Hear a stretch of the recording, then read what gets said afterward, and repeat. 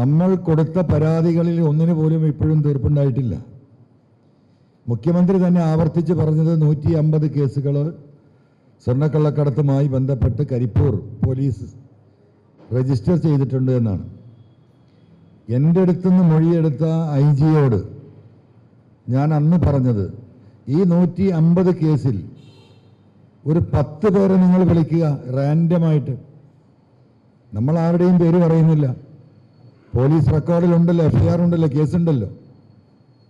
എന്നിട്ട് അവരെ നിങ്ങളൊന്ന് ചോദ്യം ചെയ്യുക. ആരാണ് ഇവർക്ക് ഈ സ്വർണം കൊടുത്തത്? എങ്ങനെയാണ് ദുബായിൽ നിന്ന് അത് കൊണ്ടുവന്നത്? എങ്ങനെയാണ് എയർപോർട്ടിൽ ഇറങ്ങിയത്?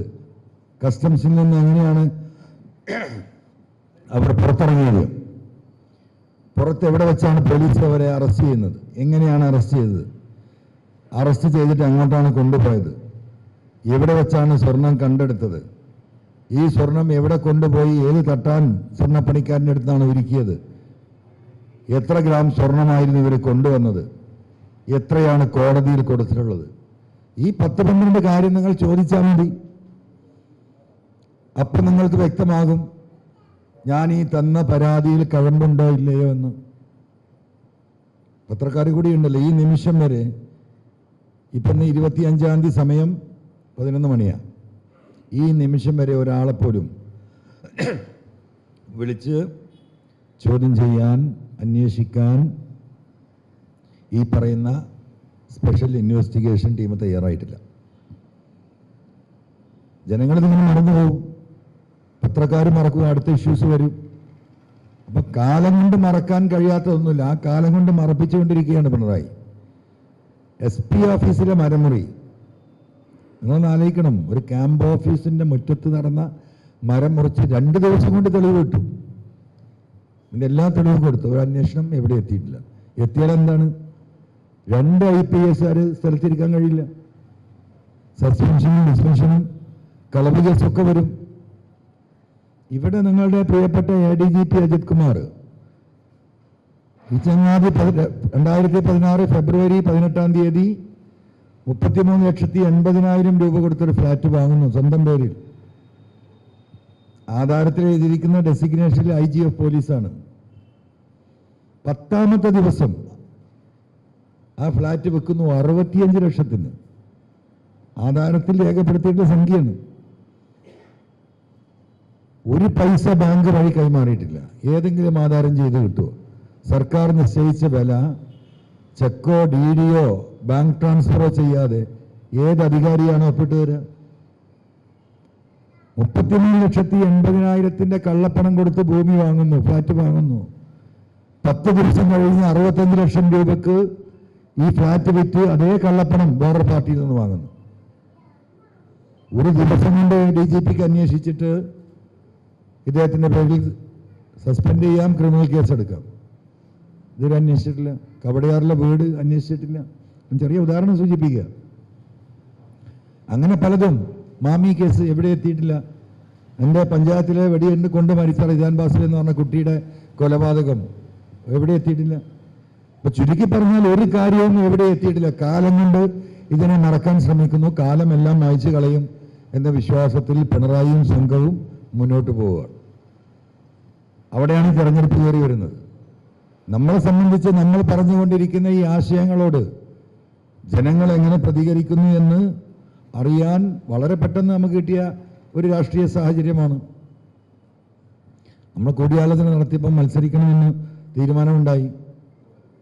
പ്രിയങ്ക ഗാന്ധി വയനാട്ടിൽ മത്സരിക്കുമ്പോൾ സ്വാഭാവികമായും ദേശീയ രാഷ്ട്രീയത്തിൽ ഇന്ന് ഈ കഴിഞ്ഞ തെരഞ്ഞെടുപ്പിലടക്കം ഗാന്ധി കുടുംബം എടുത്ത ആൻറ്റി ഫാസിസ്റ്റ് സ്റ്റാൻഡിനോടൊപ്പം നമ്മൾ നിൽക്കണം. അവർക്ക് നമ്മൾ പൂർണ്ണമായും പിന്തുണ കൊടുക്കണമെന്ന തീരുമാനമൊന്നും നമ്മൾ പിന്തുണ കൊടുത്തു. 4 ലക്ഷത്തിൽ ചില്ലാനും വോട്ടിന് ജയിച്ചു. ഞാൻ തെരഞ്ഞെടുപ്പിന് ഒരാഴ്ച മുമ്പ് തന്നെ പറഞ്ഞ സ്റ്റേറ്റ്മെൻറ്റ് നിങ്ങൾ ശ്രദ്ധിച്ചിട്ടുണ്ടാവും. അന്ന് ഞാൻ പറഞ്ഞു വോട്ടിംഗ് പെർസെൻറ്റേജ് കുറയും, അവിടെ കാര്യമായിട്ടുള്ള പ്രവർത്തനങ്ങൾ നടക്കുന്നില്ല, കോൺഗ്രസ് ലീഡർഷിപ്പ് അതിൽ ശ്രദ്ധിക്കണം. അങ്ങനെ ശ്രദ്ധ ഉണ്ടായില്ല. 10%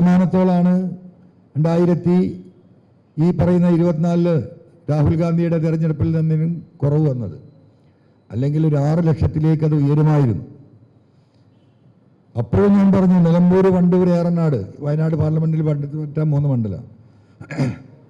DMK സംബന്ധിച്ച് ഏറ്റവും ശക്തി കേന്ദ്രമായ ഏറനാട് ഞാൻ വോട്ട് ചെയ്യുന്ന എൻ്റെ മണ്ഡലം, നിലമ്പൂർ ഞാൻ MLA ആയ മണ്ഡലം, വണ്ടൂർ ഇതിൻ്റെ 2 ഇടയ്ക്കുള്ള നമ്മുടെ ഏറ്റവും കൂടുതൽ ജനശേഷിയുള്ള മണ്ഡലമാണ്.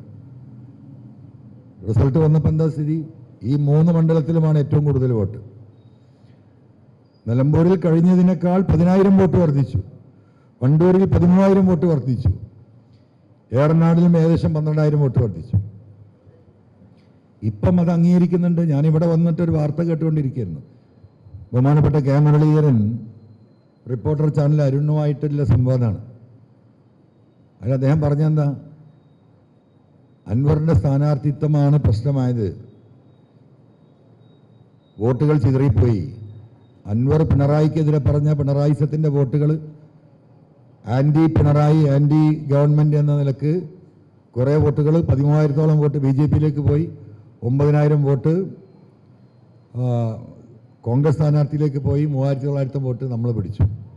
അപ്പോൾ ഇതൊക്കെ നമ്മൾ പറഞ്ഞ രാഷ്ട്രീയമാണ്. ഇവിടെ ആൻറ്റി ഗവൺമെൻറ് ഈ പൾസ് ഉണ്ടാക്കിയത് കഴിഞ്ഞ 3 മാസത്തെ നമ്മുടെ ഇടപെടലും ചർച്ചയാണ്. പ്രതിപക്ഷം ഇപ്പോഴും പറഞ്ഞിട്ട് ആവുന്നില്ലല്ലോ. എന്താ ജീവൻ വെക്കാത്തത്? കെ മുരളീധരന് ഇന്നുണ്ടായ തിരിച്ചറിവ് ഒരു 15 ദിവസം മുമ്പ് ഉണ്ടാകാൻ പോലും, അല്ലെങ്കിൽ 20 ദിവസം മുമ്പ് എന്ന് ഞാൻ പറഞ്ഞു, നിങ്ങളിവിടെ തോൽക്കാൻ പോവുകയാണ്, ഞങ്ങളൊരു സ്ഥാനാർത്ഥിയെ പിന്തുണക്കുന്നു. AICC മെമ്പറാണ്, ഇപ്പോഴും പുറത്താക്കിയിട്ടില്ല സുധീറിനെ. ഒരു സ്വതന്ത്രൻ എന്ന നിലക്ക്, ഒരു ശേഷിയുള്ള വ്യക്തി എന്ന നിലക്ക്, SC വിഭാഗത്തിൽ വലിയ വിദ്യാഭ്യാസ യോഗ്യതയും കഴിവുമുള്ള ഒരു വ്യക്തി എന്ന നിലക്ക് ഈ മണ്ഡലത്തിൻ്റെ ദുസ്ഥിതി കണക്കിലാക്കി ആ നാട്ടിലെ ജനങ്ങൾക്ക് മുഴുവൻ അറിയുന്ന വിദ്യാസമ്പന്നനായ പൊതുപ്രവർത്തന രംഗത്തുള്ള 2009-ൽ UDFൻ്റെ ഔദ്യോഗിക സ്ഥാനാർത്ഥിയായി ഈ ആലത്തൂരിൽ മത്സരിച്ച വ്യക്തിയാണ്. നിങ്ങളും പിന്തുണ കൊടുത്തോ? ഞങ്ങൾ കൊടുത്തല്ലോ, നിങ്ങളും കൊടുക്ക്. DMKയുടെ സ്ഥാനാർത്ഥിക്ക് പിന്തുണ കൊടുക്കാനല്ല പറഞ്ഞത്, അതിൽ പ്രായോഗിക ബുദ്ധിമുട്ടുണ്ടാവും. നിങ്ങൾ പിണറായിസത്തിനെതിരാണെങ്കിൽ, ആൻറ്റി ഗവൺമെൻറ് റിപ്പോർട്ടാണ്, റിസൾട്ടാണ് നിങ്ങൾ ആഗ്രഹിക്കുന്നതെങ്കിൽ നിങ്ങൾ സിദ്ധൂരിനെ പിന്തുണക്കുമെന്ന് പറഞ്ഞു. ഞങ്ങൾ പിന്തുണച്ചില്ല, നിങ്ങളും പിന്തുണക്ക്. അന്നെന്തായി? ചില അഹങ്കാരം, ദുരഭിമാനം. ഇപ്പം നീ ഇരുന്ന് കരഞ്ഞിട്ട് കാര്യമുണ്ടോ? തെരഞ്ഞെടുപ്പ് ആ ദിവസം കഴിഞ്ഞു പോകും, ഒരാളും കാത്തു നിൽക്കില്ല.